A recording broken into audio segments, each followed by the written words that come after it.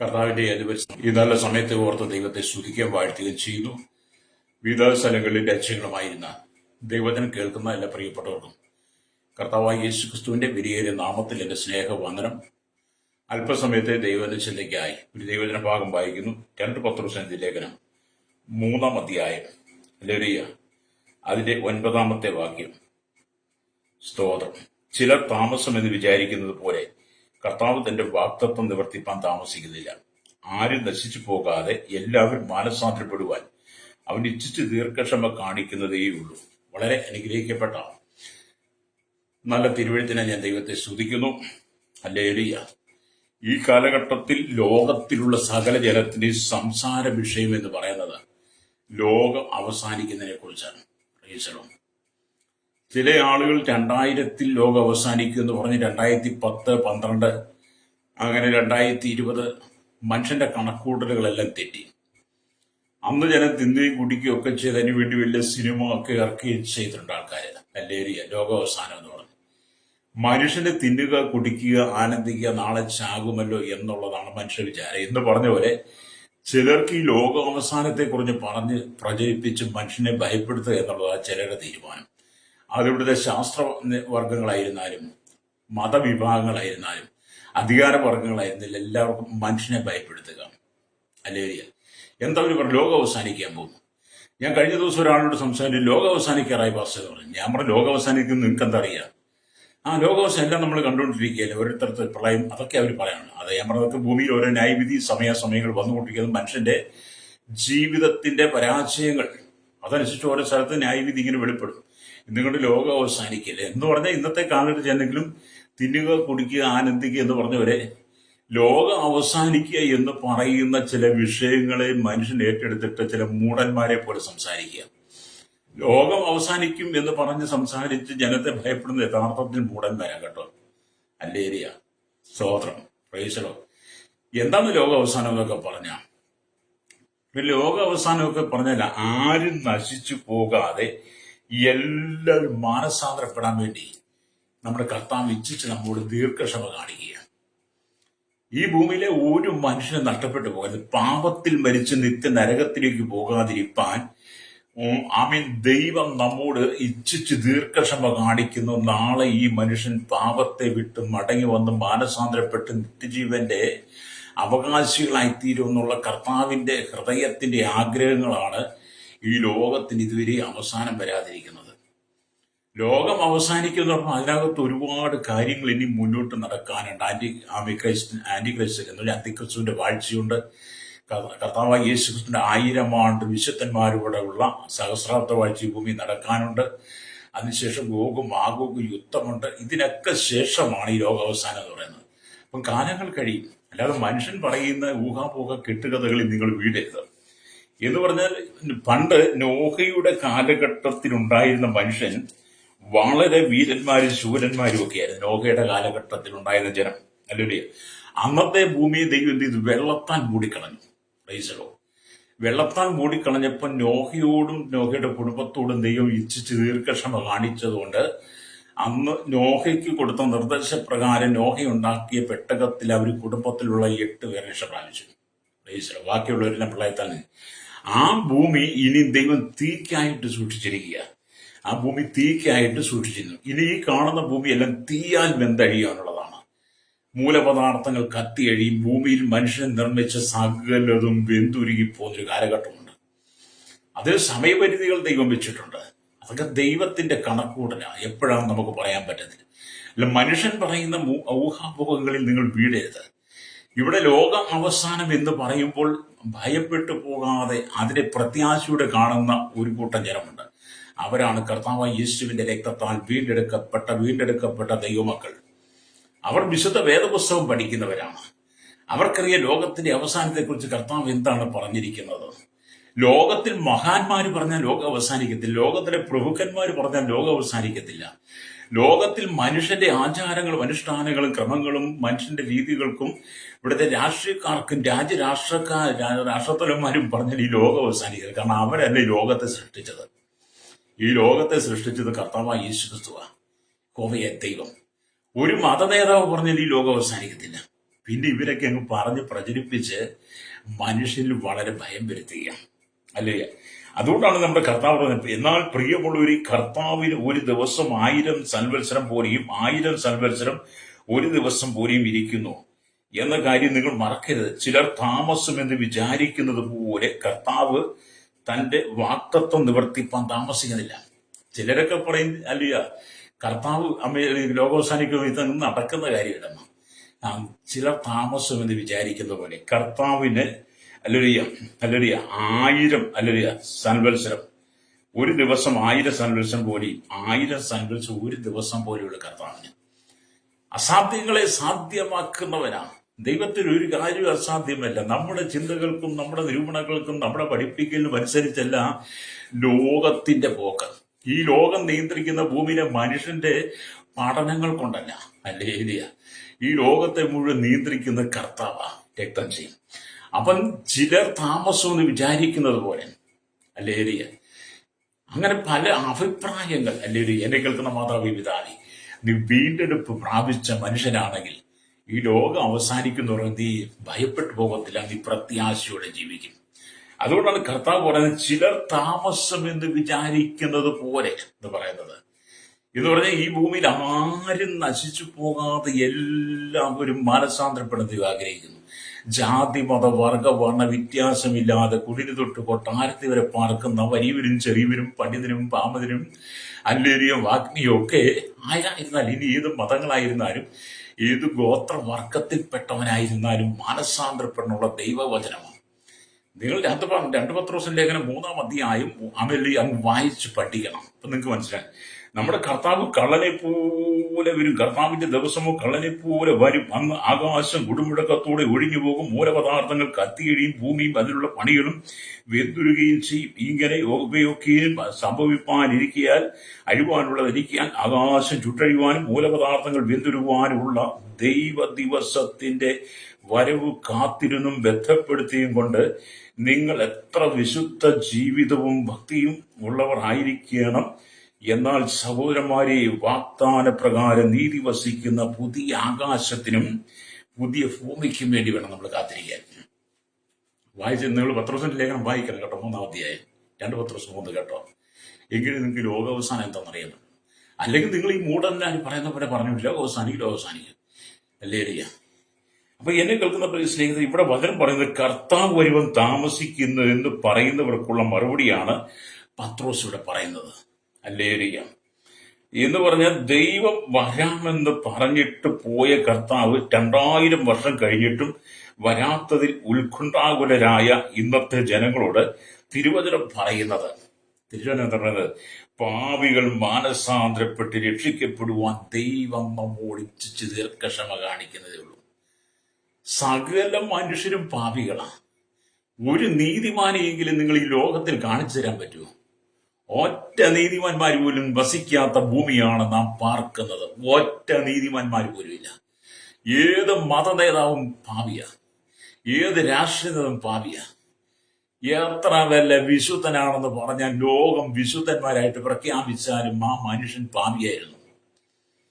പാപത്തിൽ നിറയപ്പെട്ട ലോകത്തിൽ സകല ജനവും പാപത്തിൽ വസിക്കുമ്പോൾ ഈ ജനം നശിച്ചു പോകാതിരിക്കുവാൻ വേണ്ടി ദൈവം നമ്മോട് ഇച്ഛിച്ച് ദീർഘക്ഷമ കാണിക്കുന്നതേ ഉള്ളൂ എന്ന് നമ്മൾ 2 പത്രോസ് ലേഖനം 3-9 വായിച്ചില്ലേ. പിന്നെ നിങ്ങൾ യൂഹാപോഹ കഥകളിൽ വീണു പോകരുത്. എല്ലാവരും മാനസാന്തരപ്പെടണം. നിങ്ങൾ മാനസാന്തരപ്പെടണമെന്ന് കർത്താവിന്റെ കൽപ്പനയാണ്, ദൈവത്തിന്റെ വചനമാണ്. ഹല്ലേലൂയ. കർത്താവ് യേശുക്രിസ്തുവിന്റെ പരസ്യയുടെ സമയത്ത് തന്നെ യേശു അത് വിളിച്ചു പറഞ്ഞു, ഹല്ലേലൂയ. കാലം തികഞ്ഞ് ദൈവരാജ്യം സമീപിച്ചിരിക്കാൻ മാനസാന്തരപ്പെട്ട് സുവിശേഷത്തിൽ വിശ്വസിപ്പിൻ. ഹല്ലേലൂയ. വചനം പറയുന്നതിനൊക്കെ അപ്പുറത്തേക്ക് ഒരു മാറ്റമില്ല. Praise the Lord. ഇവിടെ എല്ലാവരും മനസ്സാം കർത്താവ് നമ്മൾ ഇച്ഛിച്ച് ദീർഘക്ഷമ കാണിക്കുന്നു. ക്രിസ്തു മടങ്ങി വരാൻ താമസിക്കുന്നത് എന്നാണ്, അല്ലെങ്കിൽ 1000 സംവത്സരം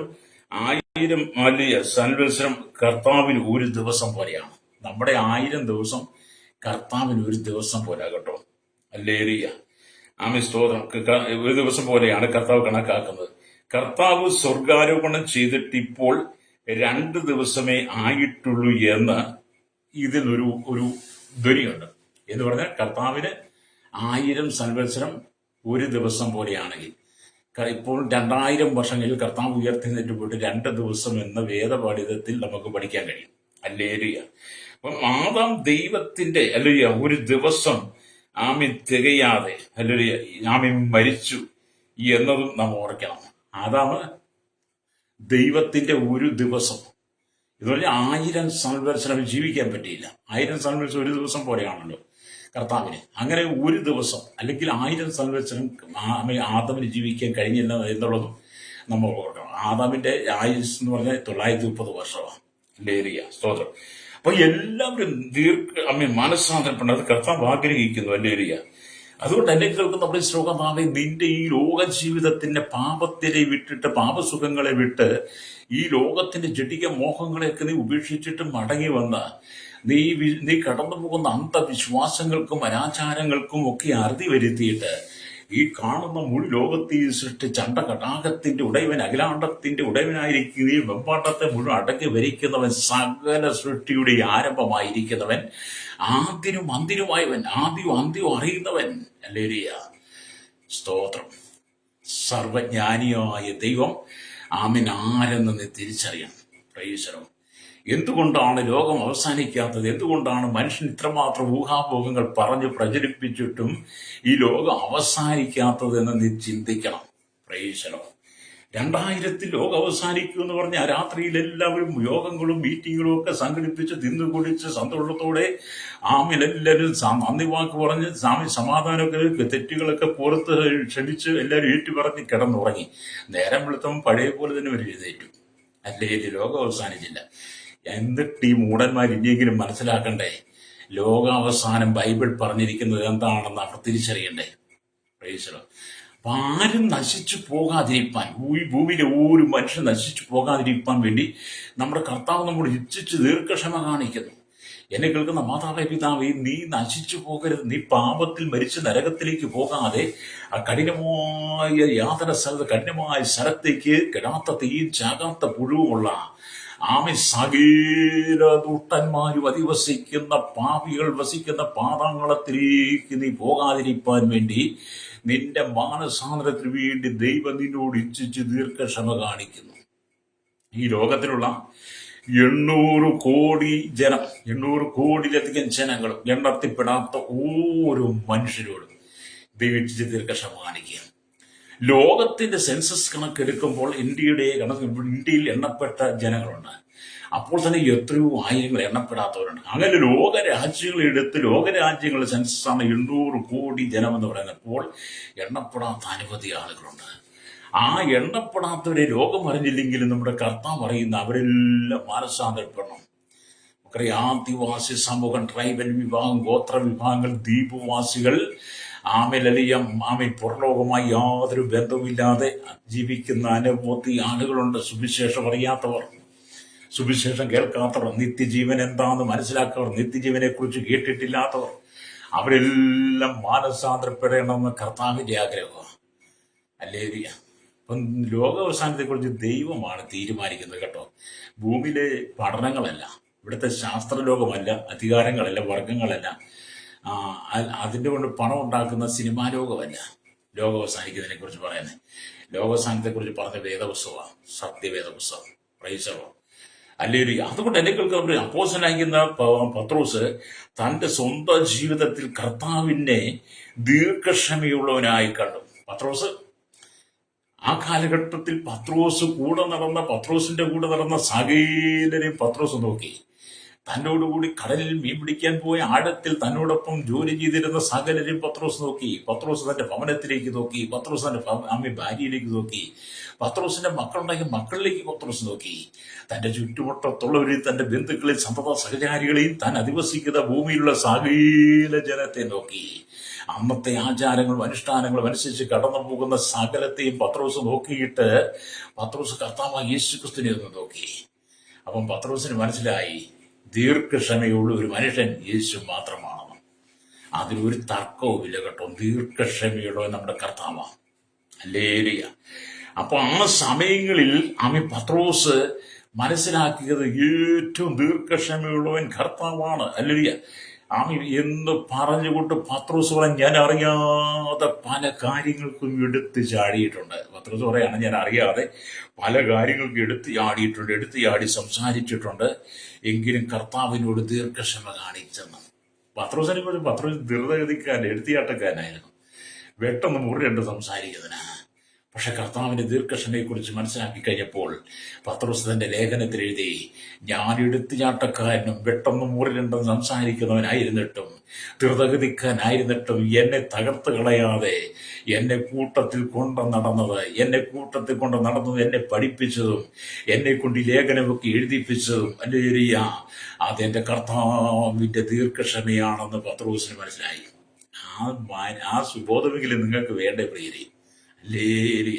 അതുകൊണ്ട് ഞാൻ പറഞ്ഞ, വീണ്ടെടുക്കപ്പെട്ട ദൈവമക്കൾക്ക്, പാപത്തെ വിട്ടൊഴിഞ്ഞവൻ, പാപത്തിൽ മോചനം പ്രാപിച്ചവൻ, പാപത്തിന് ശുദ്ധീകരണം പ്രാപിച്ച ദൈവത്തിന്റെ സഭ ദൈവമക്കൾക്ക് ലോകാവസാനത്തെ കുറിച്ച് യാതൊരു ഭയവുമില്ല. Praise the Lord. അവർക്കറിയാം ഇവിടെ എന്താ ഇനി സംഭവിക്കാൻ പോകുന്നെന്ന്. ഹല്ലേലൂയ. അതുകൊണ്ട് കർത്താവിന്റെ വരവിന് വേണ്ടിയാണ് ഞങ്ങൾ കാത്തിരിക്കുന്നത്. ഞങ്ങൾ ലോകാവസാനത്തിന് വേണ്ടിയിട്ടല്ല കാത്തിരിക്കുന്നത്.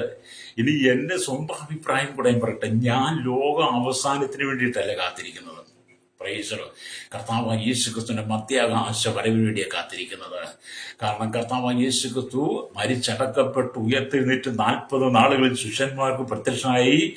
ആമേൻ. 40-ാം ദിവസം സ്വർഗത്തിലേക്ക് കരയേറി പോകുമ്പോൾ വിളിച്ചു പറഞ്ഞ സംഭവമുണ്ട്. ദൂതന്മാർ, ആമേൻ, അപ്പോസ്തല പ്രവൃത്തി 1:11 വായിച്ചാൽ കാണാൻ കഴിയും. ഗലീല പുരുഷന്മാരെ, നിങ്ങൾ ആകാശത്തിലേക്ക് നോക്കി നിൽക്കുന്നത് എന്ത്? നിങ്ങളെ വിട്ട് ആരോപണം ചെയ്ത് കർത്താവ് പോയതുപോലെ മടങ്ങി വരും.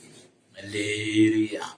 അപ്പൊ കർത്താവ് പോയതുപോലെ മടങ്ങി വരുമെന്ന് പറഞ്ഞ ആ ശുഭാപ്തി വിശ്വാസമാണ് ഞങ്ങൾക്കുള്ളത്. ഹല്ലേലൂയ. കർത്താവ് ആദ്യ ഭൂമിയിലേക്ക് വന്നത് തന്റെ ജനത്തിന്റെ പാപങ്ങൾക്ക് പരിഹാരം നൽകി, പാപത്തിന് ശുദ്ധീകരണം നൽകി, അവന് നിത്യജീവൻ നൽകി, അവനെ സ്വർഗരാജ്യത്തിന്റെ അവകാശിയാക്കാൻ വേണ്ടിയാണ് യേശു വന്നതും കാൽവറിയിൽ നമുക്ക് വേണ്ടി പരമയാഗമായി മാറിയതും.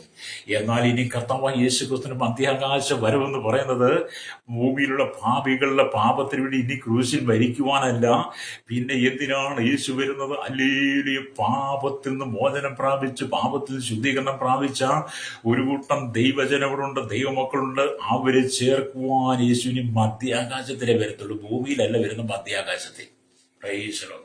അതുകൊണ്ടാണ് 1 തെസ്സലോനിക്കയിലെ ലേഖനം 4:16-17 വാക്യങ്ങൾ രേഖപ്പെടുത്തി വെച്ചത്, കർത്താവ് തൻ ഗംഭീരനാദത്തോടും പ്രധാന ദൂതന്റെ ശബ്ദത്തോടും ദൈവത്തിന്റെ കാഹളത്തോടും കൂടെ സ്വർഗത്തിൽ നിറങ്ങി വരികയും, ഹല്ലേലൂയ, മരിച്ചുപോയ വിശുദ്ധന്മാരൊക്കെ ഉയർത്തെഴുന്നേക്കുമെന്ന്. ഹല്ലേലൂയ. അറിയാം, കോടാനുകൂടി വിശുദ്ധന്മാർ മരിച്ച് കല്ലറകളില് വിശ്രമിക്കുന്നുണ്ട്. കോടാനുകൂടി വിശുദ്ധന്മാർ രക്തസാക്ഷിത്വം ഭരിച്ചിട്ട് അവരെവിടെയാണെന്ന് പോലും അറിയാതെ, അവരുടെ ആത്മാക്കൾ എവിടെയാണെന്ന് പോലും അറിയാത്തതുണ്ട്. അങ്ങനെ കർത്താവിൽ വിശ്വസിച്ച് മരിച്ച വിശുദ്ധന്മാരെല്ലാവരും എന്ത് ചെയ്തു? കല്ലറകളിലെല്ലാവരും ഉയർത്താൻ എഴുതേക്കും. അല്ലെങ്കിൽ കർത്താവിന്റെ വരവെങ്കിൽ പിന്നെ ജീവനോടെ ഇരിക്കുന്നവരെന്ന് പറയുന്നത് കർത്താവായ യേശുക്രിസ്തുവിന്റെ പാപത്തിന് പരിഹാരം വരുത്തി ശുദ്ധീകരണം പ്രാപിച്ച് പാപമോചനം പ്രാപിച്ച് കർത്താവിന്റെ വരവിനെ നോക്കിയിരിക്കുന്ന ഓരോരുത്തരും കർത്താവിന്റെ വരവ് രൂപാന്തരം പ്രാപിക്കും. എന്തിന്? കർത്താവിനോടുകൂടി മേഘങ്ങൾ എടുക്കപ്പെട്ട നിത്യതയിലേക്ക് അവരങ്ങ് പ്രവേശിക്കും. അപ്പൊ ഞങ്ങൾക്ക് ലോകാവസാനത്തിന് കാത്തിരിക്കുന്നവരല്ല, ഞങ്ങൾ കർത്താവിന്റെ വരവിന് വേണ്ടി. ഞങ്ങളുടെ വിഷയം തിന്നുക, കുടിക്കുക, നടക്കുക, ആനന്ദിക്കുക, കളിക്കുക, ഓടുക, കുടിക്കുക, ഇവിടുത്തെ ജടിക ജീവിതം നയിക്കുക, ഇതൊന്നും അല്ല ഞങ്ങളുടെ വിഷയം. ലോകാവസാനത്തെ കുറിച്ച് പറഞ്ഞു നടക്കുന്നതല്ല ഞങ്ങളുടെ വിഷയം. ലോകാവസാനം എന്ന് പറയുമ്പോഴത്തേക്കും ചില പാമ്പൂരി ഏറ്റവന്റെ കാര്യം പറഞ്ഞ പോലെ അല്ല ഞങ്ങൾ, കേട്ടോ. ഹല്ലേലൂയ. ഞങ്ങൾക്ക് ഇതെല്ലാം കേൾക്കുമ്പം ഹല്ലേലൂയ നിങ്ങളെ കുറിച്ച് ഭയങ്കര ആശങ്കയാണ്. നിങ്ങളിതൊക്കെ പറയുമ്പം നിങ്ങളെക്കുറിച്ച് ഭയങ്കര ദുഃഖമാണ് ഞങ്ങൾക്ക്. കാരണം സകല ജനത്തിനും വായിച്ച് മനസ്സിലാക്കത്തക്ക നിലയിൽ സത്യവേദ പുസ്തകം നമുക്ക് തന്ന് കർത്താവിന്റെ വരവിനെ കുറിച്ചും ലോകാവസാനത്തെ കുറിച്ചും ശിഷ്യന്മാർ ചോദിച്ചപ്പോൾ പറഞ്ഞു കൊടുത്തത് മത്തായിയുടെ സുവിശേഷം 24-ാം അധ്യായം 1 തൊട്ട് വായിച്ചാൽ നമുക്ക് കാണാൻ കഴിയും. പിന്നെ പത്രോസ് ഒന്നുകൂടെ അതിനെക്കുറിച്ച് രേഖപ്പെടുത്തി വെച്ചിരിക്കുന്നിട്ടും അത് വായിക്കാൻ കഴിയാതെ പോയല്ലോ എന്ന് ഓർക്കുമ്പോൾ, നിങ്ങൾ ഈ ഊഹാപോഹങ്ങൾ വിളിച്ച് കെട്ടുകഥകളും കെള്ളക്കഥകളും ചമച്ചുണ്ടാക്കി മനുഷ്യനെ ഭയപ്പെടുന്നവർക്കും നിങ്ങളെക്കുറിച്ച് ഞങ്ങൾക്ക് ഭയങ്കര ആശങ്കയാണ്. ഹല്ലേലൂയ. നിങ്ങൾ മാനസാന്തരപ്പെടണം കേട്ട ശ്രോതാവേ. ഏത് രാജ്യത്തിന്റെ ഉന്നത സ്ഥാനത്തിരിക്കുന്ന വ്യക്തിയായിരുന്നു മാനസാന്തരപ്പെടണം. ഏത് രാജ്യത്തിന്റെ, നമ്മുടെ ലോക രാജ്യങ്ങളിലെ ഏത് ഉന്നത സ്ഥാനത്തിരിക്കുന്ന വ്യക്തിയായിരുന്നാലും സ്നാനപ്പെടണം. രക്ഷിക്കപ്പെടണം, സ്നാനപ്പെടണം. ലേരിയ ദൈവകൽപ്പന സ്വീകരിക്കണം. ഏത് രാഷ്ട്രീയ നേതാവായിരുന്നു, ഏത് മത നേതാവായിരുന്നാലും, ലോകത്തിലുള്ള ഏത് മതത്തിന്റെ നേതാവായിരുന്നാലും കർത്താവ് യേശു ക്രിസ്തുവിനെ സ്വന്തം രക്ഷിതാവും പിതാവുമായി സ്വീകരിച്ച് പാപങ്ങൾ ഏറ്റുപറഞ്ഞ് കർത്താവിന്റെ വിശുദ്ധ കൽപ്പനയാകാൻ സ്നാനം സ്വീകരിച്ച് വിശുദ്ധ ജീവിതം നയിക്കണം. ഈ ലോകത്തിന്റെ ആചാരാനുഷ്ഠാനങ്ങൾ അവൻ പുറത്തു വരണം. ക്രിസ്തുവിനെ ഹൃദയം വസിപ്പാൻ ഇടം കൊടുക്കണം. അല്ലാതെ ഒരു മനുഷ്യൻ സ്വർഗത്തിൽ പോകാൻ പറ്റത്തില്ല. പ്രൈസ് ഞങ്ങൾ പറയുന്നില്ല, വേദപുസ്തകം പറയുന്നത് കേട്ടോ. അപ്പൊ ഇവിടെ ദൈവത്തിന്റെ വചനം വായിക്കുമ്പോൾ കാണാൻ കഴിയുന്നത്, ഹല്ലേലൂയ, യേശുവിനെ കാണിച്ചു കൊടുത്ത രാത്രിയിൽ പത്രോസ് യേശുവിനെ ശപിക്കുകയും യേശുവിനെ പ്രാകുകയും സത്യം ചെയ്യുകയും ഒക്കെ ചെയ്തു. യേശുവിനെ കാണിച്ചു കൊടുത്ത രാത്രിയിൽ യേശുവിനെ പിടിച്ചുകൊണ്ട് അവര് ഹെരോദാവിന്റെ അരമനയോളം ചെന്നു. ഹല്ലേലൂയ. പത്രോസും ദൂരവേ അനുഗമിച്ച് അങ്ങനെ യേശുവിനെ അവരകത്തുകയും പത്രോസും ആ നടുമുറ്റത്ത് കിടന്നു. അവസാനം എന്താകുമെന്ന് അറിയാൻ വേണ്ടി പത്രോസും കൂടെയുണ്ട്.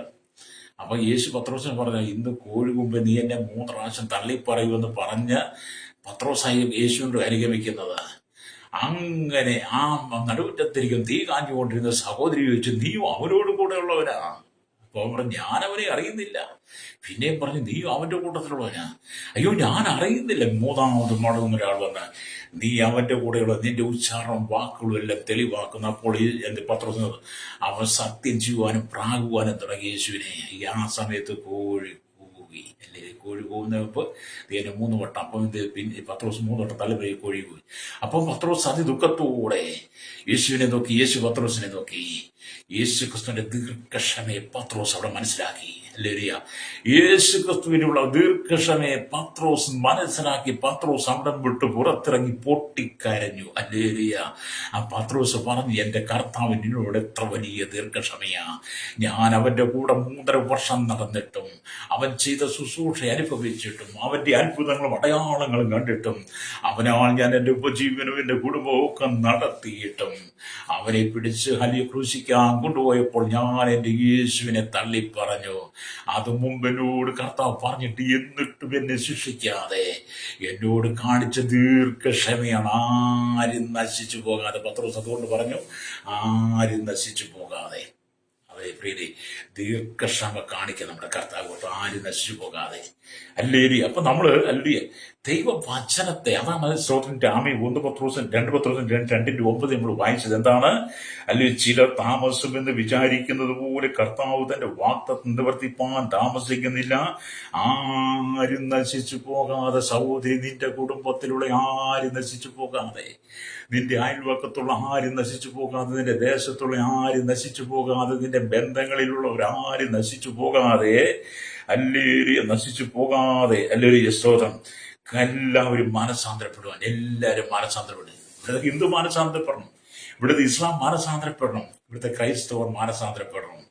എല്ലാവരും മാനസാന്തരത്തിന് യോഗ്യമായ ഫലം കായ്ക്കണം. പ്രൈസലോ. അപ്പൊ എല്ലാവരും മാനസാന്തരപ്പെടണം. ഹല്ലേലൂയ. ഈ ക്രൈസ്തവ വിഭാഗമാണെന്ന് പറഞ്ഞാൽ മാനസാന്തരപ്പെടണം. ഹല്ലേലൂയ, സ്തോത്രം. എല്ലാവരും മാനസാന്തരപ്പെടണം.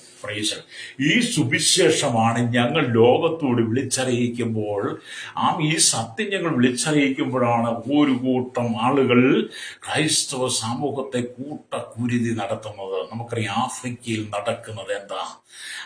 ഇന്തോനേഷ്യയിലും പാകിസ്ഥാനിലും ഹല്ലേലൂയ, അതുപോലെ തന്നെ സൂഡാനിലും ഹല്ലേലൂയ, സിറിയയിലും ഒക്കെ നൈജീരിയൊക്കെ നടക്കുന്നത്. കൊന്നൊടുക്കാനേ നിങ്ങൾക്ക് പറ്റത്തുള്ളൂ. അതനുസരിച്ച് ഇത് വളർന്നുകൊണ്ടിരിക്കുകയാണ്. ഇത് വിളിച്ചു പറയാൻ ഇവിടെ ആള് വേണം. കർത്താവിനറിയാം ഇത് വിളിച്ചു പറയാൻ ആള് വേണം. അതുകൊണ്ട് കർത്താവിന്റെ ശിഷ്യന്മാർ നാൾക്ക് നാൾ പെരുകിക്കൊണ്ടിരിക്കുന്നു. ഹല്ലേലൂയ, സ്തോത്രം. ഞങ്ങൾ വിതച്ച വചനങ്ങളൊന്നും നഷ്ടപ്പെട്ടു പോകത്തില്ല. ഞങ്ങൾ വിതച്ച വിത്തുകളൊന്നും നഷ്ടപ്പെട്ടു പോകത്തില്ല. ഇവിടെ ദൈവത്തിന്റെ വചനം പറയും, നല്ല നിലത്ത് വിതച്ച വിത്ത് പോലെ 30, 60, 100 മേനി ഫലം കായ്ക്കുമെന്ന് മത്തായിയുടെ സുവിശേഷം 13:1 തൊട്ട് താഴോട്ട് വായിച്ചാൽ കാണാൻ കഴിയും. എന്ന് പറഞ്ഞപ്പോൾ ഞങ്ങൾ വിതച്ച വചനം കഴിഞ്ഞ 2025 വർഷമായി ലോകമെമ്പാടും വിതച്ചുകൊണ്ടിരിക്കുന്ന വചനമുണ്ടല്ലോ. ആ വചനമാകുന്ന വിത്ത് അത് 30, 60, 100 മേനി ഫലം കായ്ക്കുവാൻ നാളുകളെടുത്തു. ഇത് ഉണർവിന്റെ കാലഘട്ടമാണ്. ഈ മനുഷ്യൻ മുഴുവൻ രക്ഷ പ്രാപിക്കാൻ വേണ്ടി ഓടി ദൈവസ്ഥലേക്ക് കടന്നു വരുന്ന നാളുകളാണെന്ന് രക്തം ചെയ്യും എൻ്റെ ഏരിയ. അതുകൊണ്ട് നിങ്ങൾക്ക് തകർക്കാൻ കഴിയത്തില്ല. ഞങ്ങൾക്ക് തകർക്കുമെന്ന് പറഞ്ഞത് ഭയവുമില്ല. ലേരിയ എന്തായാലും ഈ ഭൂമിയിൽ ജീവിച്ചാൽ ഒരിക്കൽ മരിക്കണം. അല്ലേരിയ അത് ക്രിസ്തുവിൽ മരിക്കുന്നത് എത്രയോ ഭാഗ്യമാണ്. അല്ലേരിയ അതുകൊണ്ട് ശ്രോതാവി മാനസാന്തരപ്പെടണം കേട്ടോ. വേദപുസ്തകത്തിനകത്ത് പറഞ്ഞിരിക്കുന്ന സത്യവചനങ്ങൾ മാത്രമേ ഈ ഭൂമി നിറവേറുന്നുള്ളൂ. അല്ലേരിയ ആമീൻ. ദൈവാത്മാവ് കർത്താവ് പറഞ്ഞ വാഗ്ദത്തങ്ങൾ ഒന്നിനു പുറകെ ഒന്നായി നിറവേറിക്കൊണ്ടിരിക്കുകയാണ്. എന്നെ കേൾക്കുന്ന സഹോദരൻ, നീ മദ്യപാനിയാണ്, നീ മാനസാന്തരപ്പെടണം. നീ മയക്കുമരുന്ന് അടിമയാണെങ്കിൽ മാനസാന്തരപ്പെടണം. നീ വ്യഭിചാര ജീവിതം നയിക്കുന്നവളാണെങ്കിൽ നീ മാനസാന്തരപ്പെടണം. നീ തീവ്രവാദിയാണെങ്കിൽ, ഭീകരവാദിയാണെങ്കിൽ, വർഗീയവാദിയാണെങ്കിൽ, നീ നിരീശ്വരവാദിയാണെങ്കിൽ, യുക്തിവാദിയാണെങ്കിൽ, ദൈവമില്ല എന്ന് പറയുന്നവരാണെങ്കിൽ നീ മാനസാന്തരപ്പെടണമെന്ന്. അധികാര സ്ഥാനങ്ങളിൽ ഇരിക്കുന്നവരെ നീ മാനസാന്തരപ്പെടണം. മത നേതാക്കന്മാരെ നീ മാനസാന്തരപ്പെടണം. വേഷഭൂഷാദികൾ അണിഞ്ഞ് പ്രച്ഛന്ന വേഷധാരികളായി മതത്തിന്റെ നേതാവാണെന്ന് പറഞ്ഞാൽ പോരാ, മാനസാന്തരന്റെ ഹൃദയത്തിന്റെ അന്തർഭാഗത്തുണ്ടാകണം. അതുകൊണ്ട് നിന്നോട് എന്റെ കർത്താവ് വീക്ഷിച്ച് ദീർഘക്ഷമ കാണിക്കുക, നിനക്ക് മാനസാന്തരപ്പെടാൻ. രക്തം ചെയ്യാൻ. ഇതൊക്കെയാ ദൈവത്തിന്റെ വചനം കേട്ടോ. വചനത്തിനൊന്നും മാറ്റമില്ലെന്നേ. മലേറിയ കേരളത്തിലെ ജനത്തോട് കർത്താവ് വിളിച്ചു പറയുന്നു. ഇന്ത്യയിലെ ജനത്തോട് ദൈവം വിളിച്ചു പറയുന്നു. ലോകരാജ്യങ്ങളിൽ ഭൂഖണ്ഡങ്ങളിലെ ജനത്തോട് ദൈവം വിളിച്ചു പറയുന്നു. ആരും നശിച്ചു പോകാതെ എല്ലാവരും മാനസാന്തരപ്പെടണം. ഈ നരകത്തിൽ ഏറ്റവും വലിയ കഷ്ടത എനിക്ക് തോന്നുന്നു ഇവിടുത്തെ രാഷ്ട്രീയക്കാരാ തോന്നുന്നു. എന്തെല്ലാം തെറിയും ബഹളവും മാട്ടിയും ബഹളവും വീണ്ടുപിടുത്തവും ഇവിടുത്തെ രാഷ്ട്രീയക്കാർ ചെയ്യുന്നത്. രാഷ്ട്രീയത്തെ നോക്കിയിട്ട് പല മനുഷ്യരും അധംപതിച്ചു പോകുന്നുണ്ട്. ഇവിടെ കർത്താവായ യേശുക്രിസ്തു ന്യായം വിധിക്കുന്ന നാളിൽ പിടിച്ചുപറിക്കാരും മോഷ്ടാക്കളും കൊലപാതകളും വ്യഭിചാരകന്മാരും ഒക്കെ ന്യായവിധിയുടെ കഠിനത അനുഭവിക്കുന്നതിനേക്കാൾ ഏറ്റവും കൂടുതൽ അനുഭവിക്കാൻ പോകുന്ന രാഷ്ട്രീയക്കാരാണ് കേട്ടോ. കാരണം അവർ ഈ സോഷ്യൽ മീഡിയയ്ക്ക് വന്നിട്ട് വിളിച്ചു പറയുന്ന അസഭ്യ വാക്കുകൾ, അവരുടെ ജീവിത രീതിയുടെ പാപത്തിന്റെ പരിണിത ഫലങ്ങളൊക്കെ നമ്മൾ മനസ്സിലാക്കി നോക്കിയാട്ട്. അതുകൊണ്ട് എന്റെ കർത്താവ് പറയുന്ന ആരും നശിച്ചു പോകാതെ നീ നശിച്ചു പോകുന്നത് ദൈവത്തിന് കൽപ്പനയാണ്. രക്തം ചെയ്യും. അതുകൊണ്ട് ഇന്ന് പകൽ മാനസാന്തരപ്പെടണം. നിന്റെ ദുർജീവിതം വിട്ട് നിന്റെ അധാർമികമായ ജീവിതം വിട്ട് മടങ്ങി വന്ന് മാനസാന്തരപ്പെടാൻ. വീട്ടിനകത്ത് കലഹം സൃഷ്ടിക്കുന്ന അപ്പനും അമ്മയും, വീട്ടിനകത്ത് പ്രശ്നം സൃഷ്ടിക്കുന്ന മരുമോൾ, വീട്ടിനകത്ത് പ്രശ്നം ഉണ്ടാക്കുന്ന അമ്മായിയമ്മ, അല്ലരിയ അയൽവാസിയെ ചീത്ത വിളിക്കുന്ന അയൽവാസിയെ അതിരു തൂണ്ടുന്നവൻ, കള്ള പലിശക്കാരൻ, കൊള്ളയടിക്കുന്നവൻ, അല്ലരിയ പിടിച്ചുപറിക്കുന്നവൻ, മോഷ്ടാവ്, വ്യഭിചാരി, ദുർനടപ്പുകാരൻ, സകലരും മാനസാന്തരപ്പെടണം. സകലരും മാനസാന്തരപ്പെടണം. ഇത് വേദപുസ്തകം സംസാരിക്കുക. നിങ്ങളെ അങ്ങ് സ്വർഗത്തിലേക്ക് എത്തിക്കുക എന്നല്ല ഞാനിവിടെ പറയുന്നത്. നീ മാനസാന്തരപ്പെടണമെന്നാ. നിന്റെ മക്കൾ വിദേശത്തേക്ക് പോകുന്നു, അവരവിടെ ചെന്ന് ഉന്നതമായ ജീവിതം നയിക്കുമെന്നും, നിന്റെ മക്കൾ വിദേശത്ത് പോയിട്ട് വലിയ സൂപ്പർ മാർക്കറ്റ് തുടങ്ങുമെന്നും, അവിടെ ചെന്ന് വലിയ സൂപ്പർ മാർക്കറ്റ് ഒക്കെ തുടങ്ങി ലോകത്തിലെ കോടീശ്വരന്മാരുടെ പട്ടികയിൽ വരുമെന്നും മാത്രമല്ല, നിനക്ക് സ്വന്തം ജെറ്റ് വിമാനങ്ങളും പറക്കുവാൻ ഹെലികോപ്റ്ററും ഒക്കെ വാങ്ങുമെന്നല്ല ഞാനിവിടെ പറഞ്ഞത്.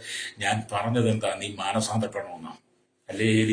ഞാൻ പറഞ്ഞത് നീ മാനസാന്തരപ്പെടണം. നീ മാനസാന്തരപ്പെട്ട് മടങ്ങി വന്നാൽ ദൈവത്തിന് നിന്നെ കുറിച്ചുള്ള എല്ലാ പദ്ധതികളും ദൈവത്തിന്റെ മേൽ നിറവേറും. അപ്പോൾ ദൈവം നിന്നെ അനുഗ്രഹിക്കാൻ തുടങ്ങും. നിനക്ക് ഉയർച്ച പ്രാപിക്കാൻ കഴിയും. ദൈവത്തെ കൂടാതെ നീ എന്തെല്ലാം ചെയ്താൽ ഇതിന്റെ പരാജയമാ. അതാ ദൈവവിഷയ സംബന്ധമായി ഒരുത്തൻ ധനവാനായി മാറണം. ലോകത്തിൽ ഒരുപാട് ധനവാന്മാരുണ്ട്. ആ ധനവാന്മാരും ധനാഢ്യന്മാരും കോടീശ്വരന്മാരും മാനസാന്തരപ്പെടണം. അവർ ഏത് ജാതിയിലുള്ളവരായിരുന്നാലും ഏത് മതത്തിലുള്ളവനായിരുന്നാലും മാനസാന്തരപ്പെട്ട് മടങ്ങി വരണം. നിന്റെ ധനം കൊണ്ടോ നിന്റെ പണം കൊണ്ടോ ഒന്നും ദൈവരാജ്യത്തിൽ പ്രവേശിക്കത്തില്ല. അതുകൊണ്ടാണ് യേശു പറയുന്നത്, ധനവാൻ സ്വർഗരാജ്യത്തിൽ പ്രവേശിക്കുന്നത് ഒട്ടകം സൂചിക്കുഴിയിലൂടെ കടക്കുന്നത് പോലെയാണെന്നാണ്. ഒട്ടകത്തിന് ഒരിക്കലും സൂചിക്കുഴിയിലൂടെ കടക്കാൻ പറ്റും. ഒരു സൂചിയുടെ കൂടെ നൂല് കുറക്കുന്ന വിടവ് നമുക്ക് അതിനകത്തൊരു ഒട്ടകം കടക്കും. അത് കർത്താവ് പറഞ്ഞത് എത്ര വാസമാണ് എന്ന് പറഞ്ഞ പോലെ ആയിരുന്നു ധനവാന്മാരെ കുറിച്ച്. എന്നാൽ പാപിയായ മനുഷ്യൻ തന്റെ പാപങ്ങൾ ഏറ്റുപറഞ്ഞ് മാനസാന്തരപ്പെട്ട് മടങ്ങി വരുമ്പോൾ, ദൈവരാജ്യത്തിന് നഷ്ടപ്പെട്ടു പോയ തെറ്റുകൾ തിരുത്തി മടങ്ങി വരുമ്പോൾ അവര് ദൈവരാജ്യ അവകാശമാണ്. സക്കായിക്ക് ദൈവരാജ്യ അവകാശമായി മാറിയതുപോലെ വ്രണം പിടിച്ച് ധനവാന്റെ മേശയിൽ നിന്ന് വീണ് അപ്പനുറുക്കത്തിൽ നിന്ന് കഴിച്ചവൻ ദൈവരാജ്യത്തിന്റെ അവകാശിയായി മാറിയതുപോലെ. ആമേൻ. നിങ്ങൾ മാനസാന്തരപ്പെടണം, എല്ലാവരും മാനസാന്തരപ്പെടണം. പ്രൈസലോ. അല്ലെങ്കിൽ എന്നെ കേൾക്കുന്ന മാതാവ്, ഈ ലോകത്തിന്റെ സുഖത്തിന് വേണ്ടി അല്ല നീ ജീവിക്കുന്നത്, ദൈവരാജ്യത്തിന് വേണ്ടി ജീവിക്കണം. രക്തം ചെയ്യും. നിന്റെ വീട്ടിനകത്തെ അരാജകത്വത്തെ മാറ്റിക്കളയണം, നിന്റെ വീട്ടിനകത്തെ തന്ത്രങ്ങളെ മാറ്റിക്കളയണം. ഹല്ലേലൂയ. നിന്റെ വീട്ടിനകത്ത് ദൈവഹിതമല്ലാത്തതൊക്കെ മാറ്റിക്കള. നിന്റെ വീട്ടിൽ നിന്റെ അലമാരിയിരിക്കുന്ന ബ്രാൻഡി എടുത്ത് അല്ലെങ്കിൽ വിഷക്കുപ്പി എടുത്ത് മാറ്റിക്കളയണം. നിന്റെ പോക്കറ്റിലെ, നിന്റെ വീട്ടിലെ, നിന്റെ തലയിണക്കീഴിലിരിക്കുന്ന, നിന്റെ കട്ടിലിന്റെ മേശയിൽ കൊണ്ടുവരുന്ന സിഗരറ്റിൽ അടക്കമുള്ള എല്ലാം മയക്കുവിൻ ലഹരിയെടുത്ത് നീ വലിച്ചെറിയണം. ഹല്ലേലൂയ. ദൈവം തന്ന നാവുകൊണ്ട്, ദൈവം തന്ന ചുണ്ടുകൊണ്ട് സിഗരറ്റ് വലിച്ച് പുക ഊതി വിടാനുള്ളതല്ല. ഹല്ലേലൂയ. നിന്റെ ആദരങ്ങൾ കൊണ്ട് ദൈവത്തെ സ്തുതിക്കാനുള്ളതാ. ഹല്ലേലൂയ.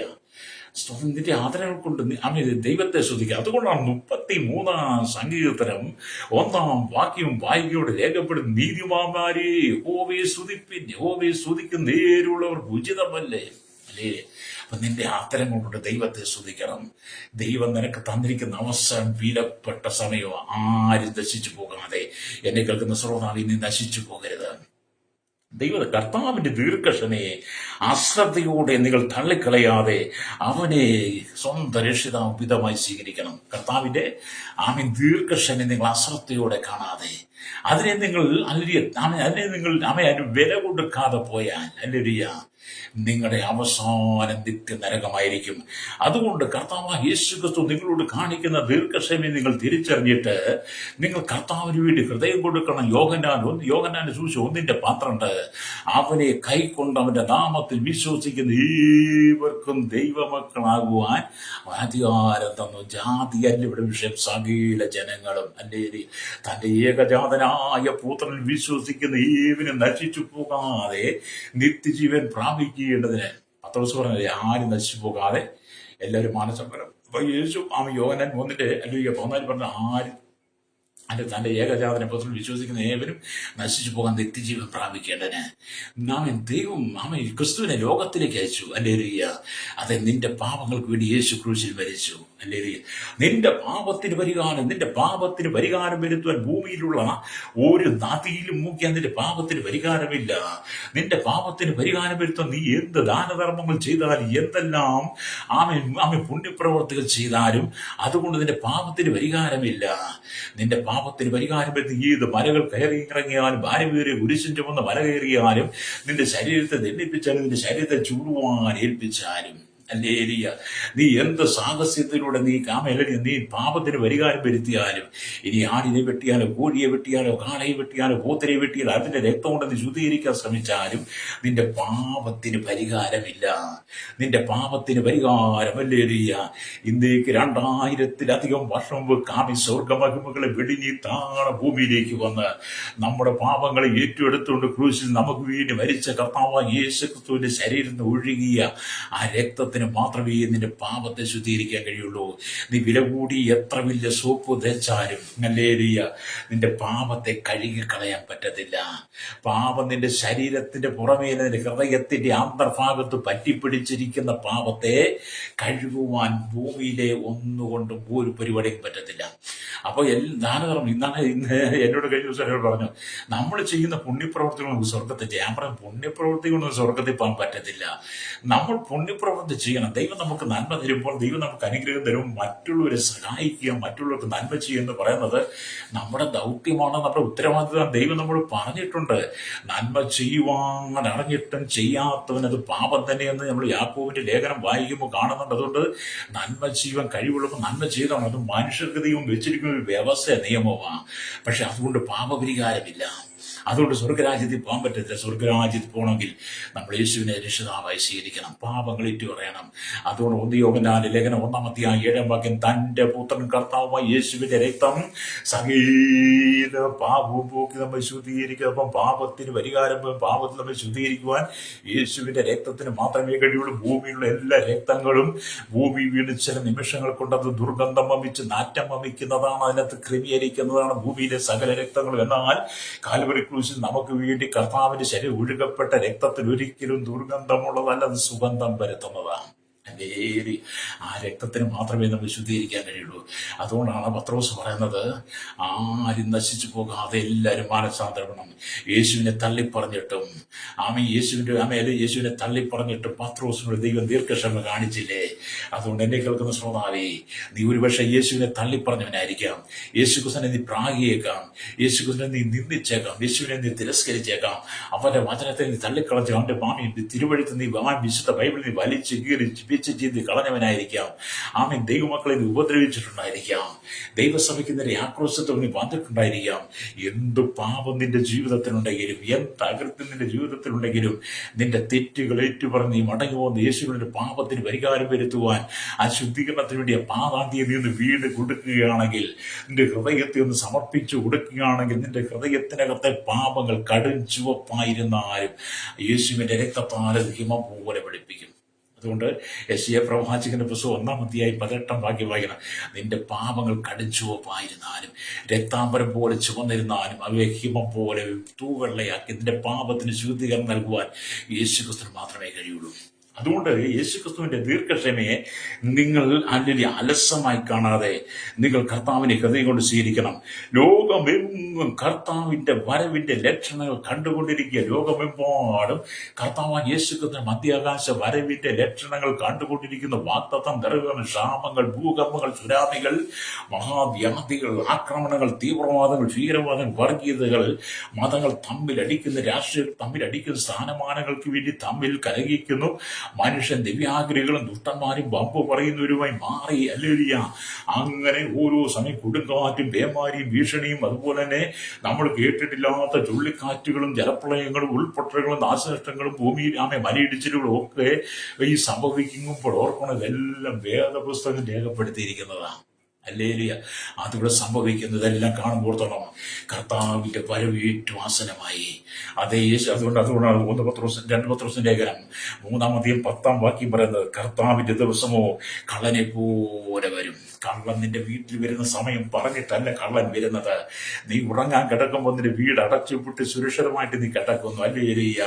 കള്ളൻ ഏത് സമയത്ത് വരും നിന്നെ ഫോൺ വിളിച്ച് പറഞ്ഞിട്ടൊന്നുമില്ലല്ലോ. കള്ളൻ വരുന്ന സമയത്തെ കുറിച്ച് നിനക്ക് അറിയുമില്ലല്ലോ. നിന്റെ വീട് നീ അടച്ചുപൂട്ടി സുരക്ഷിതമായിട്ട് കിടന്നുറങ്ങിയാലും നിന്റെ വീട്ടിനകത്ത് കള്ളം കയറി നിന്റെ നന്മകൾ അപകരിച്ചുകൊണ്ട് പോകുന്നില്ല. അവൻ വന്നത് നീ അറിഞ്ഞില്ല. എന്ന് പറഞ്ഞതുപോലെ കർത്താവ് കള്ളനെ പോലെ വരും, നീ അറിയില്ല. നിന്നോട് ഫോൺ വിളിച്ച് പറഞ്ഞിട്ടോ, നിനക്ക് മെസ്സേജ് ഇട്ടിട്ടോ, നിനക്ക് ടെലഗ്രാം അയച്ചിട്ടോ, നിനക്ക് ഇന്റർനെറ്റിലൂടെ നിന്നോട് സംസാരിച്ചിട്ടോ ഒന്നും അല്ല കർത്താവ് വരുന്നത്. കർത്താവ് വരുന്നതിനെ കുറിച്ച് ഒരു വെളിപ്പാട് നമുക്ക് തരത്തില്ല. കർത്താവ് വരുന്നതിനെ കുറിച്ച് ഈ ലോകത്തിൽ ഒരു വെളിപ്പാടുകാർക്കും കർത്താവ് വരുന്നതിനെ കുറിച്ച് പറയത്തില്ല. മനുഷ്യൻ മുഖം നോക്കുന്നു, മുഖം നോക്കി ലക്ഷണം പറയുന്നു, കൈ നോക്കി ലക്ഷണം പറയുന്നു, കബഡി ഉരുട്ടി നോക്കുന്നു, പക്ഷി കൊണ്ട് നോക്കുന്നു, അല്ലെങ്കിൽ കമ്പ്യൂട്ടറിൽ കൂടെ ശാസ്ത്രം നോക്കുന്നു, ജാതകം എഴുതി നോക്കുന്നു. ഇതെന്തെല്ലാം എഴുതിയാലും കർത്താവിന്റെ വരവിനെ കുറിച്ച് ആർക്കും എഴുതാൻ പറ്റത്തില്ല. ഏതെങ്കിലും മുഖം നോക്കുന്ന ശാസ്ത്രക്കാരും ഈ ലക്ഷണം പറഞ്ഞ് നിങ്ങളുടെ കർത്താവിന്റെ വരവിനെ കുറിച്ച് പറഞ്ഞിട്ടുണ്ടോ? ഞാൻ ഈ രക്ഷിക്കപ്പെടുന്ന എന്നും ഈ കൈനോട്ടക്കാരെ കാണുമ്പോൾ ഞാൻ എന്നെ കൈ നോക്കും, എന്റെ മുഖലക്ഷണം പറയുകയും അല്ലെങ്കിൽ എന്റെ ഭാരഫലങ്ങൾ അറിയാൻ ഞാൻ എപ്പോഴും നോക്കി. ഞാൻ എല്ലാ ദിവസവും കലണ്ടറിൽ നോക്കും എന്റെ ഭാരഫലം. എല്ലാ വർഷവും കലണ്ടർ വരുമ്പോൾ കലണ്ടർ എന്താണ് എഴുതി നോക്കും. ഇതിനകത്തൊന്നും കർത്താവ് വരുന്നതിനെ കുറിച്ച് ആരെങ്കിലും പറഞ്ഞിട്ടുണ്ടോ? കർത്താവ് വരുന്നതിനെ കുറിച്ച് ആരും പറഞ്ഞിട്ടില്ല. കർത്താവ് വരുമെന്ന് യേശുക്രിസ്തു മാത്രം തന്റെ വചനത്തിൽ പത്രോട് സംസാരിച്ച് ഞാൻ കള്ളനെ പോലെ വരും. അതെ ശ്രോതാവേ, അവൻ കള്ളനെ പോലെ അടുത്ത നിമിഷത്തിൽ വന്നാൽ നീ ദൈവരാജ്യത്തിൽ ഉണ്ടാകുമോ? നീ സ്വർഗരാജ്യത്തിൽ, നീ നിന്റെ കുടുംബം ദൈവരാജ്യത്തിൽ ഉണ്ടാകുമോ? ഇല്ലെങ്കിൽ ഇന്ന് പകൽ കർത്താവിന്റെ വചനത്തെ നീ അശ്രദ്ധയോടെ കാണാതെ, കർത്താവിന്റെ ദീർഘക്ഷമയെ നീ അശ്രദ്ധയോടെ കാണാതെ, വചനത്തെ അലക്ഷ്യമായി കാണാതെ ഇപ്പോൾ തന്നെ നിന്റെ ഹൃദയം യേശുവിന്റെ കൊടുത്ത് യേശുവിന്റെ ഹൃദയം കൊണ്ട് ഏറ്റുപറയണം. ഹല്ലേലൂയ. ദൈവം അവൻ രക്ഷകനാണ്, അവൻ വീണ്ടെടുപ്പുകാരനാണ്, നിത്യജീവന്റെ അവകാശിയാണ്. പാപത്തിന് പരിഹാരം നൽകുവാൻ യേശുവിന് മാത്രമേ കഴിയുള്ളൂ. രക്തം ചെയ്തുകൊണ്ട് നിങ്ങൾ കർത്താവിന് വേണ്ടി വേർതിരിക്കപ്പെടണം. പാതാളത്തിലെ ആത്മാക്കൾ കർത്താവ് യേശു ക്രിസ്തുവിന്റെ മരണസമയങ്ങളിൽ യേശു മരിച്ചടക്കപ്പെട്ട് ഇത് പാതാളത്തിലുള്ള ചെന്ന് വിശേഷം പറഞ്ഞു. അല്ലെങ്കിൽ കല്ലറകളെല്ലാം പിളർന്ന് അന്നുണ്ടായിരുന്ന പാതാള പ്രദേശത്തിലുണ്ടായിരുന്നതെല്ലാം ഉയർത്തെഴുന്നേറ്റ് പോലും മത്തായി 22:50 തൊട്ട് താഴോട്ട് വായിക്കുന്നുണ്ട്. അതിലൊരു സ്വതം മുൻപായി പഴയ നിയമ വിശുദ്ധന്മാർ ഇനിയുള്ള എല്ലാവരും വലിയ യേശുക്രിസ്തുവിന്റെ ശിഷ്യന്മാരടങ്ങി എല്ലാ ആളുകളും യേശുക്രിസ്തുവിന്റെ ശിഷ്യന്മാരടങ്ങി യേശുവിന്റെ അമ്മയടക്കം യേശുവിന്റെ അമ്മ മറിയടക്കം യേശു തിരിച്ച് വേർതിരിച്ച അപ്പോസ്തലന്മാരടക്കം വലിയ പൗലോസ് അടക്കം ആദിയായ സകല വിശുദ്ധന്മാരും കല്ലറകളിൽ വിശ്രമം കൊള്ളുകയാണ്. ആരും ഉയർത്തെഴുന്നേറ്റിട്ടില്ല. ഇവരെല്ലാം ഉയർത്തെഴുന്നേൽക്കാൻ സമയമായി. കർത്താവ് കള്ളനെ പോലെ വരുമ്പോൾ ആദിമസഭയുടെ പിതാക്കന്മാരും അപ്പോസ്തലന്മാരും യേശുക്രിസ്തുവിന്റെ അമ്മയായ മറിയടക്കമുള്ള എല്ലാവരും ഉയർത്തെഴുന്നേറ്റ് സ്വർഗ്ഗാരോഹണം പ്രാപിക്കും. സ്വർഗ്ഗാരോഹണം മരിച്ചുവിന് ആദ്യമേ ഉയർത്തിരുന്ന യേശുക്രിസ്തു മാത്രം, വേറെ ആരും ഉയർത്തിരുന്നിട്ടില്ല കേട്ടോ. ഹല്ലേലൂയ, സ്തോത്രം, ഹല്ലേലൂയ. മരിച്ചവരെ ജീവിപ്പിച്ചിട്ടുണ്ട്, പക്ഷെ അവർ വീണ്ടും മരിച്ചിട്ടുണ്ട്. നമുക്കറിയാം, സ്തോത്രം, സ്മിത്ത് വിക്കിൻസ്വർത്ത് എന്ന് പറയുന്ന വ്യക്തി 20 പേരെ ജീവിപ്പിച്ചിട്ടുണ്ട്. മരിച്ചുപോയി 20 പേരെ ജീവിപ്പിച്ചു. തന്റെ ഭാര്യ മരിച്ചു, തന്റെ ഭാര്യയും മരിച്ചവരെന്ന് ഉയർത്തി അങ്ങനെ 21 പേരെ ഉയർത്തെഴുന്നേൽപ്പിച്ചു. അവരെല്ലാം വീണ്ടും മരിച്ചു. യേശുക്രിസ്തുവിന്റെ കാലഘട്ടത്തിൽ ലാസർ മരിച്ചു, ഉയർത്തി ലാസർ വീണ്ടും മരിച്ചു. യാഗോസിന്റെ മകൾ മരിച്ചു, വീണ്ടും ഉയർത്തെഴുന്നേൽപ്പിച്ചു. തബീത മരിച്ചു, വീണ്ടും വീണ്ടും വീണ്ടും മരിച്ചു. അപ്പൊ ഇവരെല്ലാം കല്ലറകളിലാണ്. ഹല്ലേലൂയ, ഇവരെല്ലാം കല്ലറകളിലാണ്. അവരെല്ലാം ഉയർക്കുന്ന ഒരു ദിവസമായി. കർത്താവ് തന്റെ വാഗ്ദത്തം നിവർത്തിപ്പാൻ താമസിക്കുന്നില്ല. ചിലർ വിചാരിക്കുന്നത് പോലെ അവൻ കള്ളനെ പോലെ വരും. കർത്താവിന് ഹല്ലേലൂയ, സ്തോത്രം, 1000 ഹല്ലേലൂയ, കർത്താവിന് ഒരു ദിവസം 1000 സംവത്സരം പോലെ. ഹല്ലേലൂയ, ഹല്ലേലൂയ, ഒരു 1000 സംവത്സരം ഒരു ദിവസം പോലെയാണ്. ഹല്ലേലൂയ, കർത്താവ് ഒരു ദിവസം 1000 സംവത്സരം പോലെ. സ്തോത്രം, ഹല്ലേലൂയ, 1000 സംവത്സരം ഒരു ദിവസം പോലെ. അവൻ കള്ളനെ പോലെ വരും. എന്തിന്? ഹല്ലേലൂയ, തന്റെ സഭയെ ചേർക്കാൻ. അതുകൊണ്ട് ഇന്ന് പകൽ നീ മാനസാന്തരപ്പെടണം. ആരും നശിച്ചു പോയി ഇന്ന് പകൽ നീ മാനസാന്തരപ്പെടണം. സ്വഭാവി കർത്താവിന്റെ ഗുണവിശേഷങ്ങളിൽ അതിശ്രേഷ്ഠമായി ഒന്നാണ് ദീർഘക്ഷമയെന്ന് പറയുന്നത്. ആത്മാവിന്റെ ഫലം കൂടാ. ഹല്ലേലൂയ, മാനസാന്തരപ്പെടുവിൻ. ഹല്ലേലൂയ. അതുകൊണ്ട് എന്നെ കേൾക്കുന്ന ദൈവമക്കളെ, ക്ഷമയ്ക്കും സഹിഷ്ണുതയ്ക്കും തീർച്ചയായും ഫലം ദൈവം നിനക്ക് തരും. നീ ഭൂമിയിൽ അനുഭവിച്ച കഷ്ടതകൾക്കും കഷ്ടപ്പാടുകൾക്കും ദുഃഖങ്ങൾക്കും സങ്കടങ്ങൾക്കും കണ്ണുനീരും നിന്റെ വേദനകൾക്കും എല്ലാം മറുപടി കിട്ടുന്നൊരു ദിവസമുണ്ട്. ഞാനിത് പകൽ നിങ്ങൾക്ക് വേണ്ടി പ്രാർത്ഥിക്കാൻ പോവുക. ഞാൻ പറഞ്ഞ വചനം നിങ്ങൾ ശ്രദ്ധയോടെ കേൾക്കുക. ആ ഭാഗം നിങ്ങൾ 2 പത്രോസ് ലേഖനം 3-ാം അധ്യായം 1 തൊട്ട് അല്ലെങ്കിൽ തുടർന്നുള്ള ഭാഗങ്ങൾ നിങ്ങൾ വായിച്ചു നോക്ക്. ദൈവം പറഞ്ഞിരിക്കുന്ന ഭാഗം കാണാൻ കഴിയും. എന്താണ് ഇവിടെ സംഭവിക്കാൻ പോകുന്നത്? അതുകൊണ്ട് വചനം ആരും നശിച്ചു പോകാതെ എല്ലാവരും മാനസാന്തരപ്പെടുക. നിനക്ക് വേണ്ടിയിട്ടാണ് ഇന്ന് ഈ പ്രഭാതം ദൈവം തന്നിരിക്കുന്നത്. നീ മാനസാന്തരപ്പെടാൻ വേണ്ടി. എന്നെ കേൾക്കുന്ന മാതാപിതാവേ, നീ മാനസാന്തരപ്പെടാൻ. എന്നെ കേൾക്കുന്ന യുവതി വക്കന്മാരോട് പറയട്ടെ, ഗോമാരൊക്കെ പറയട്ടെ, നീ മാനസാന്തരപ്പെടാൻ വേണ്ടിയിട്ടാണ് ഈ പ്രഭാതം നിനക്ക് ദൈവം തന്നിരിക്കുന്നത്. ഇന്ന് നിന്റെ മാനസാന്തര ദിവസമായി മാറട്ടെ. കണ്ണുകളുടെ ചാട്ട് പരിശുദ്ധ ഞങ്ങളുടെ നല്ല ദൈവമേ, സ്വർഗീയ പിതാവേ, അനുഗ്രഹിക്കപ്പെട്ട നല്ല സമയത്തായി വചനം കേട്ടുകൊണ്ട് കേരളത്തിൽ ഭാരത ലോക രാജ്യങ്ങളുള്ള 800 കോടി ജനങ്ങൾക്കായി മത, സാമൂഹിക, സാംസ്കാരിക, ചരിത്ര, മാധ്യമ, മീഡിയ രംഗം നിൽക്കുന്നത് എല്ലാ സയന്റിസ്റ്റ്, എഞ്ചിനീയർമാരെയും വലിയ രാഷ്ട്ര തലവന്മാർ, നല്ലൊരു ജാതി, മത, വർഗ, വർണ്ണ വ്യത്യാസം കുടിലുകളിട്ട് കൊട്ടാരവരെ പാർക്കുന്ന സകല ജനതയും ശൈശവത്തിലും ബാല്യത്തിലും കൗമാരിക യുവനത്തിലും വാർത്തയും വൃത്തരും അസന യാചകരും ഓർഫണേജ് ഓട്ടഞ്ഞു തടവറയിലായി സകല ജനതയുടെ കരങ്ങളിൽ ഏൽപ്പിക്കുന്ന കർത്താവെ, ഈ ജനന്റെ മാനസാന്തരപ്പെട്ട നിത്യജീവന്റെ അവകാശികളായി കർത്താവ് യേശുവിന്റെ ഹൃദയം കൊടുത്ത് രക്ഷയുടെ അനുഭവത്തിലേക്ക് വരുവാൻ ഈ ജനത്തെ അവിടുത്തെ കരങ്ങളിൽ ഏൽപ്പിക്കുന്നു. കർത്താവ് വിശുദ്ധിയും നൽകണമേ. ലോകപാട് ക്രൈസ്തവ വർദ്ധിക്കുന്ന ഈ കാലഘട്ടത്തിൽ ജനം വിശുദ്ധിയോടെ കർത്താവിന് ചേർന്ന് കർത്താവിന്റെ വരവിന് വേണ്ടി ദീർഘക്ഷമയോടെ അല്ലെങ്കിൽ കാത്തിരിക്കാൻ ജനത്തെ ഒരുക്കണമേ. കർത്താവ് കാണിക്കുന്ന ദീർഘക്ഷമ അസത്യയെ കാണാതെ കർത്താവിന് വേണ്ടി ഹൃദയം കൊടുത്ത് രക്ഷകനെ സ്വീകരിച്ചുകൊണ്ട് ആ കർത്താവിന്റെ വരവിനായി ഒരുങ്ങുവാൻ ഒരു സമൂഹത്തെ ഏൽപ്പിക്കണമേ. സകല മുഖത്തും എടുക്കണം യേശുവിന്റെ നാമത്തിൽ തന്നെ. ആമേൻ, ആമേൻ, ആമേൻ.